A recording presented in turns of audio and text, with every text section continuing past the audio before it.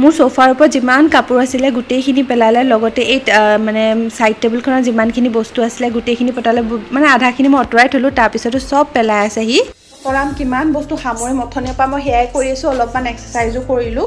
আৰু সেইকাৰণে সেয়া উৎপাত মানে মোৰ ৰাতিপুৱাৰ পৰা সেয়াই হৈ থাকে আৰু কি ক'ম। এতিয়া ব্লগ বনাবলৈ আজিকালি সময়ে নাপাওঁ, তথাপিও ভাবিলোঁ আজি ব্লগটো আৰম্ভ কৰোঁ। ৰাতিপুৱাৰ পৰা মোৰ মানে হালতটো আপোনালোকক দেখুৱাওঁ। এতিয়া মই জাষ্ট হেৰি কৰি আহিলোঁ, এক্সাৰচাইজখন যেনে তেনে কৰিলোঁ, এঘণ্টামান কৰিলোঁ, আৰু এঘণ্টামান কৰিলোঁ। এতিয়া মই যাওঁ অকণমান ঠাণ্ডা পানীৰে মুখখন ধুই ল'লোঁ, কাৰণ এক্সাৰচাইজ কৰিলে বহুত গৰম উঠি যায় ন, তো মুখখন অলপমান ঠাণ্ডা পানীৰে একদম হেৰি কৰি ল'লোঁ। আৰু পিম্পলছবোৰ ওলাই আছে ন, সেইটো এটা প্ৰব্লেম হৈ আছে। তো ডক্টৰে মোক মানে মোৰ হৰমনেল অলপমান প্ৰব্লেম হৈছে, হৰমনৰ প্ৰেগনেঞ্চিৰ সময়ত অলপমান ভাল হৈ গৈছিলে, কিন্তু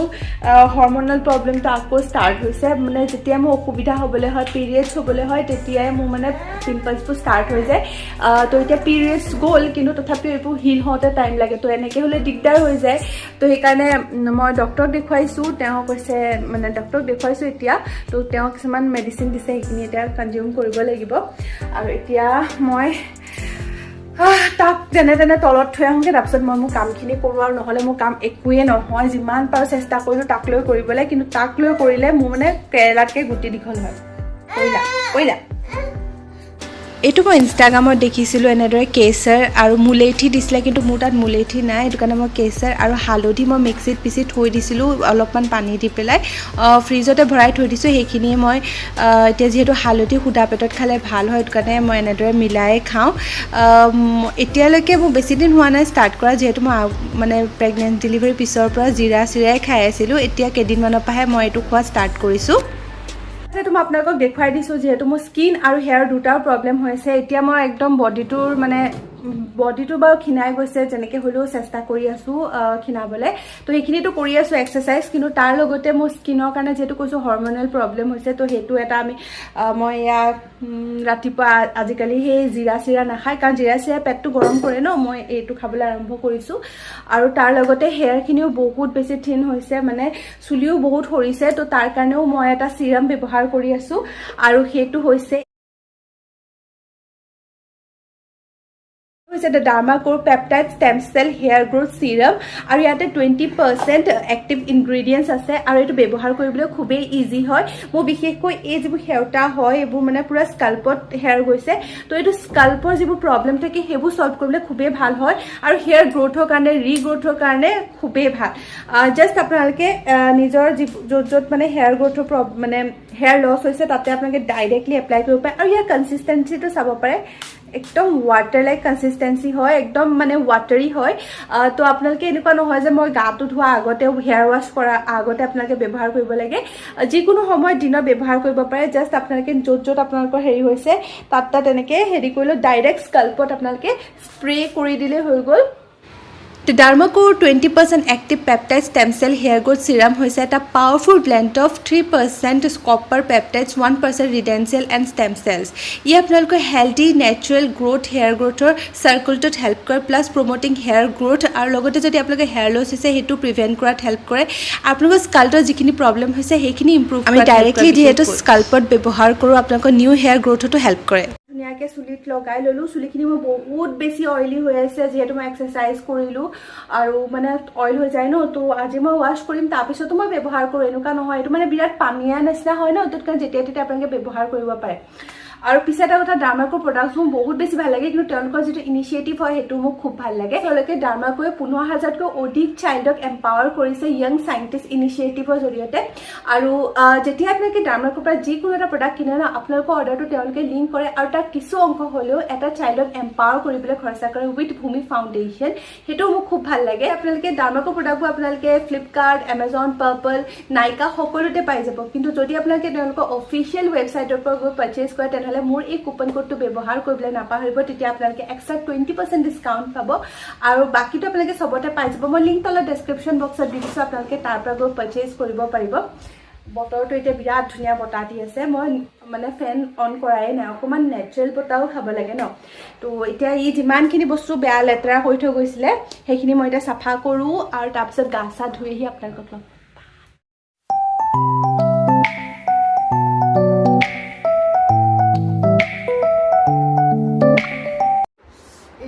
2:30 বাজিবলৈ হ'ল আৰু এতিয়া মই ৰেডি হ'ব লৈছোঁ আৰু মানে কালি আমাৰ কেঞ্চেল হৈছে বতৰটোৰ কাৰণে আৰু এতিয়া আমি যাব ওলাইছোঁ এতিয়াও বতৰটো একদম ডাৱৰীয়া কৰি আহিছে একদম ক'লা কৰি আহিছে নাজানো আৰু কি হয় এতিয়াতো যামেই যেনেকুৱা যি নহওক আমাৰ ল'ৰাই কি কৰি আছে ড্ৰাছ খুলিলা নুখোলে খোলে জান নকৰে জান দেখিছেনে ডাৰ্চ খুলিব পৰা হ'লেই মই মোৰ বস্তুবোৰ ক'ত থওঁ ঠিক নাই এতিয়া ক'ত ভৰাম ক'ত ৰাখিম কি কৰিম ভাত এটা লাগিয়ে মই ভাত খুৱাই ল'লোঁ ইয়াক পুটুক কৰি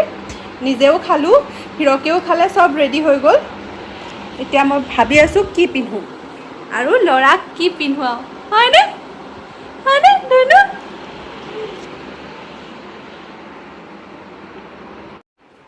তাকে ভাবি আছোঁ চাওঁ এতিয়া কি পিন্ধি যাওঁ বিচাৰিবলৈও দিগদাৰ ফাইনেলি আমি ওলাই আহিলোঁ ঘৰৰ পৰা আৰু আমি লেট ন হিৰ কিমান টাইম হ'ল 3:20 হ'ল এতিয়া ওলাই আহিছোঁহে আৰু আমি ৰিপৰ্টিং টাইম 4টা ন ভগৱানহে জানে পাওঁগৈনে নাই আৰু এতিয়া মানে অলপ ৰাস্তাত যদি ভিৰ হয় ট্ৰেফিক হৈ যায় তেনেহ'লে দিগদাৰ হ'ব ইপিনে আমাৰ একে ডাঙৰ ল'ৰা একদম চিটতহে বহিব হয়নে দেহা তুমি ক'ত গৈ আছা পাছপৰ্ট বনাবা এতিয়া খালি বস্তু ৰছী বেগ সেইবোৰ টানি আছে আৰু তো যি নহওক যা এতিয়া তাৰ পূৰা শোৱাৰ টাইম মানে এতিয়া তাৰ টোপনি যোৱা টাইম হয় তো টোপনি যাব ৰ'ব ফোন এটা আহিছে এতিয়া আৰু হেৰিয়েও লৈছে বোলে এইটো ভাইটিয়ে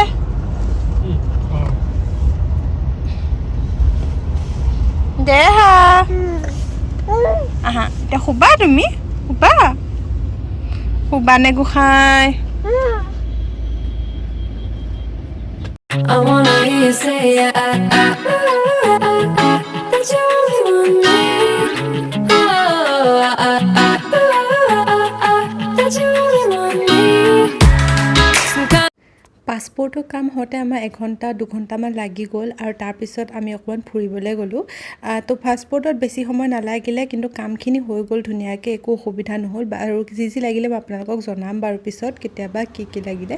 বিশেষকৈ মাক আৰু দেউতাকৰ গোটেই এড্ৰেছ প্ৰুফটো আৰু সেইটো ভালকৈ থাকিলে হৈ গ'ল বাকী একো প্ৰব্লেম নহয় আজি মাত্ৰ ডাঙৰ দুৰ্ঘটনা মানে মই ভিডিঅ' কৰি আছিলোঁ যে আপোনালোকে দেখিছে চাগে সেইখিনিতে নতুন মোবাইল লৈছিলোঁ মই হেৰি পিক্সেল চাউণ্ডটো কমাই দিয়া ন এতিয়া পিক্সেল লৈছিলোঁ পিক্সেল 8 এই 3 দিনমান হৈছে আৰু মানে তাৰপিছতে সেইটো মানে কথা কৈ থাকিলে ভিডিঅ' কৰাত ঠাপকৈ পৰি গ'ল নহয় গ্লাছখনটো ভাগি গ'ল মোৰ মনত নাই ইয়াতে টেম্পাৰ লগাইছোঁ নে নাই কাৰণ মই লগাবলৈ কৈ আছিলোঁ কিন্তু তেতিয়ালৈকে লগোৱা নাছিলে তাৰপিছতে গ্লাছখন ভাগি গ'ল মোৰ অলপ দেৰিলৈকে মাত বোল নাই মুখেৰে কাৰণে মানে কি ক'ম আৰু মোৰ গ'ল এইটো গ'ল আৰু তাৰপিছতে তেখেতৰতো খং উঠিছেই কিন্তু আৰু এতিয়া আহি লাহেকৈ কৈছে টেম্পাৰখন লগাইছিলোঁ মানে কিমান যে ভয় খাইছিলোঁ বাপৰে হয়নে দামী ফোনত যোগ্য নহয় তুমি মানে সদায় কয় মই বহুত ফোন পেলাওঁ সেইকাৰণে ফোনৰ কোৱালিটিটো বেয়া হৈ যায়গৈ ইমানে ফোন কৰে মোৰ হাতত আৰু আজি একদম মানে ইমান নতুন ফোন এটা কৰিলে কেনেকুৱা লাগে ন একদম মিক্স ফিলিংছ হৈ গৈছে এতিয়া বেয়া লাগে ভাল লাগি আছিলে ইয়াৰ হেৰিখন হ'ল বুলি পাছপৰ্টখন অলপ ফুৰিবলৈ আহিছোঁ যে একেবাৰে কাণ খজুৱাই তত পোৱা নাই এতিয়া যে আমি অলপ ফুৰিব লাগে একেবাৰে টোপনি এতিয়া বেছি ধৰিছে বুজিছা এতিয়া দিগদাৰ বেছি কৰিব হোৱা টাইম ন এইটো হোৱা টাইম কিন্তু মানে ঘূৰাই এইটো নহয় আগৰ ফোনৰ পৰা ঘূৰাই বহুত দিন এইটো চাইডে অহাই নাছিলোঁ যিহেতু আহিছিলোঁৱে কামখিনিও হৈ গ'ল ভাবিলোঁ হোম টাউনত সোমাই যাওঁ বেডশ্বীট দুখনমান লৈ যাওঁ